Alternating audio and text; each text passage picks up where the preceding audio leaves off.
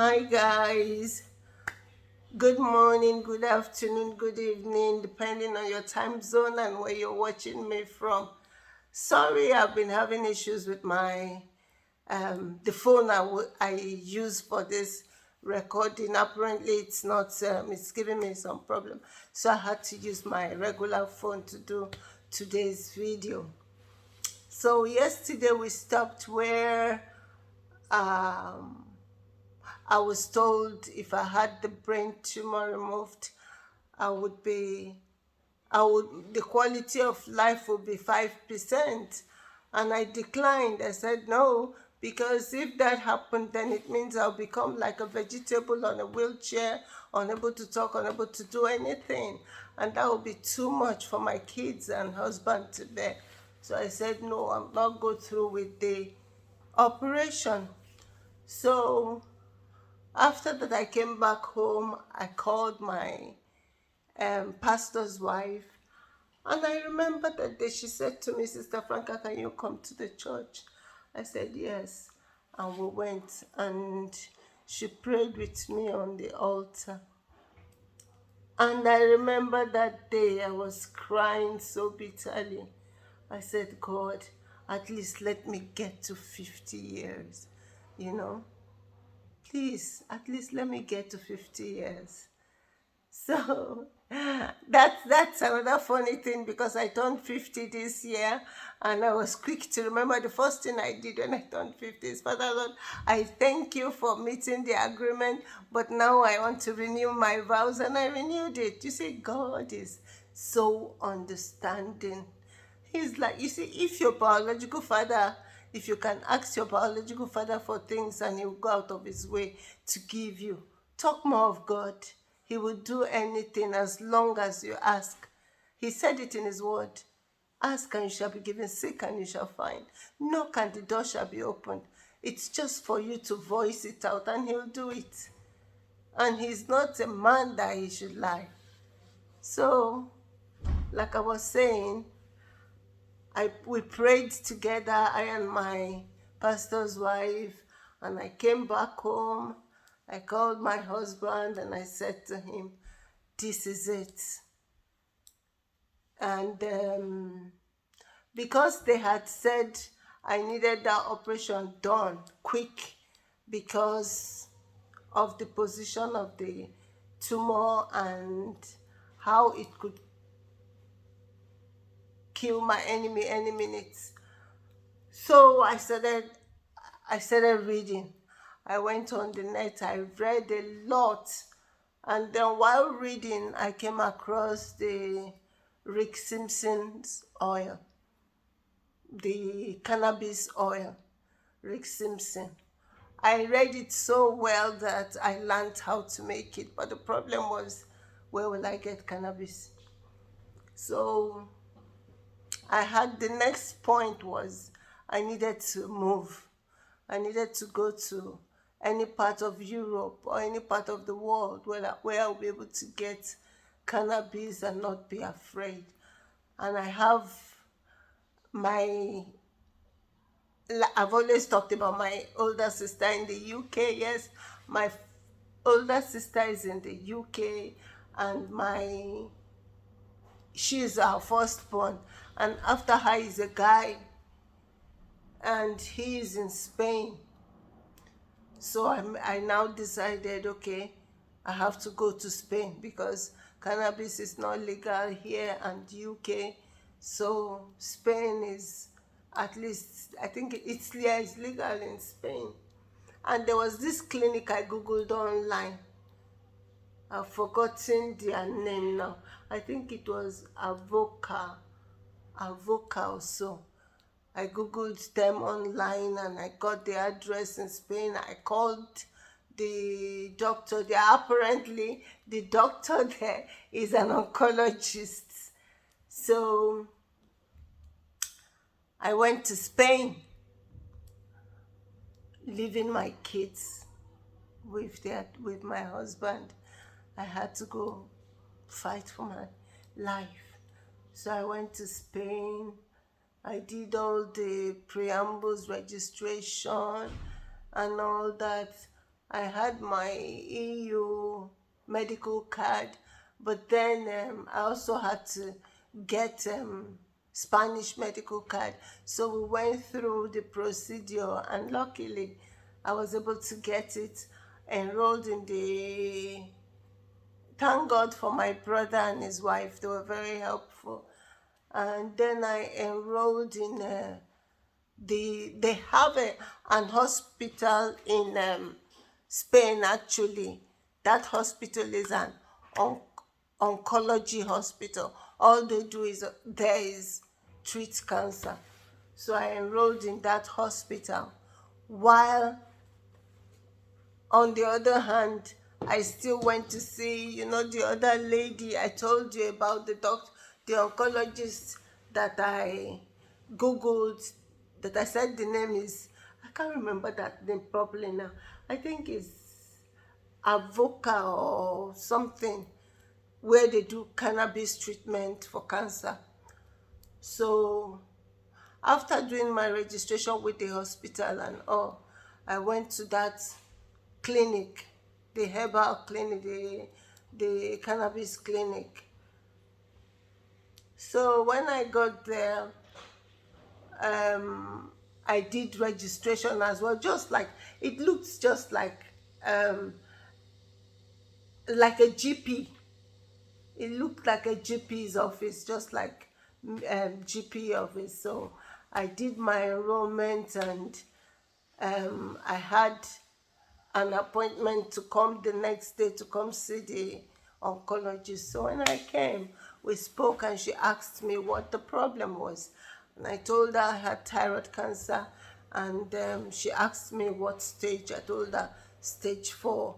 And I said to her, the reason I came is because it's in the brain now, and I'm supposed to go for an operation, and I was told if I go for the operation, the quality of life will be 5%, which does not make sense anyway. So she said to me, okay, she's not assuring me of anything, that they just do what they can do. But ultimately, it is God that heals. I said, yes, I am very much aware of that. So she showed me a syringe of cannabis. I think it's 100 mil syringe, the big syringe. She showed me, and she said each was 350 euros. That's 350 euros. And this I had to use twice a day, in the morning and at night. But I was using it like because I was at this point, I just wanted to do all I could quickly. I was using a lot of it. So I was using one syringe in 2 3 days. I was using each syringe in 2 or maximum 3 days. It's finished. I'll have to go and buy another one. And thank God for my brother. He was always shuttling to get me the to go buy it for me. So because after using it, I just sleep and sleep and sleep. That was all I was doing, sleeping and eating, sleeping and eating, sleeping and eating. And it's not, that cannabis is not smoked. I don't smoke it. What I do is the oil, the Simpsons oil. You just ingest it sublingual under your tongue, and it's just like paste, and it's kind of golden brown in color. So you put it under your tongue, and you inject, and you allow it just melt into the system gradually. So I did that for, I think, 2 weeks, and then I became very broke.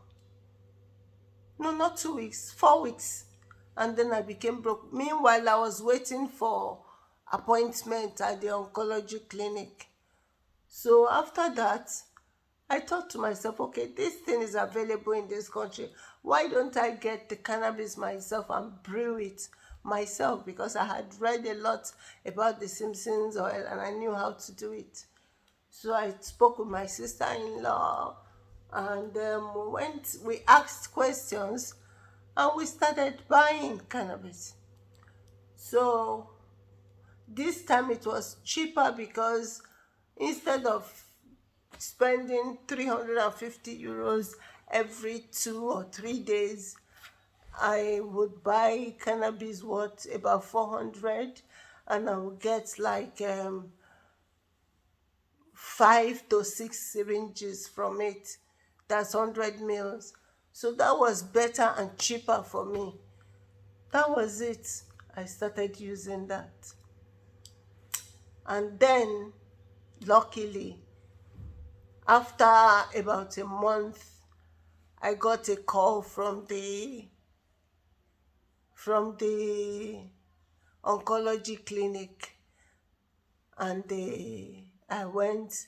I had the appointment, and they said to me that I was going to have radiation to the head. Not the tablet this time. That's the real radiation to my brain. I started praying because I was scared. Anything to do with the brain or the spine is serious. So I was scared. I was praying. I was praying. I was praying. Lo and behold, the time came and I started the treatment. And I had 10 bouts of radiation to the brain. You know, it's a terrible feeling. It's not as if you feel pain when going through the radiation, but the way you are made to lie down, they make a mask before the treatment. A mask is made for you, and they clip you to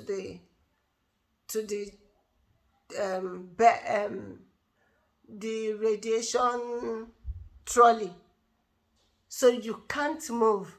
You can't even scratch your nose. Like you can't even blink.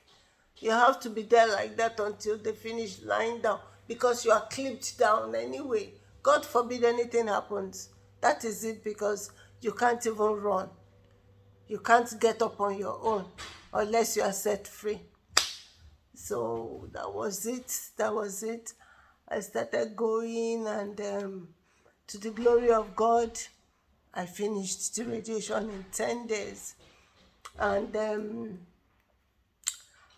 after the radiation, the first was okay, the second was okay, but after the second one, I started having side effects, tiredness, vomiting, loads and loads of stuff. I stopped eating and all that. So that was it. And then my brother and his wife did all they could to support me. Let me seize this opportunity to say thank you, guys. I love you as always. They supported me. Anyway, that was it for the brain tumor and the radiation in Spain. Radiation, and so now I did both the radiation and the cannabis treatment in Spain. So I think altogether I was in Spain for 3 or 4 months. I can't remember actually. With all these things happening, time passed so fast. So I can't really keep tag of timing. So, but I think I was there for 3 or 4 months. I don't know. And then I came back to Ireland to my kids and their dad. Everybody was happy to see me. And life continued as usual. I think I'm going to stop here today, and then tomorrow we are going to continue from how I started going to Nigeria to do the cannabis treatment. Thank you. Have a lovely day. And I'll talk to you tomorrow. Bye. I love you. Mwah.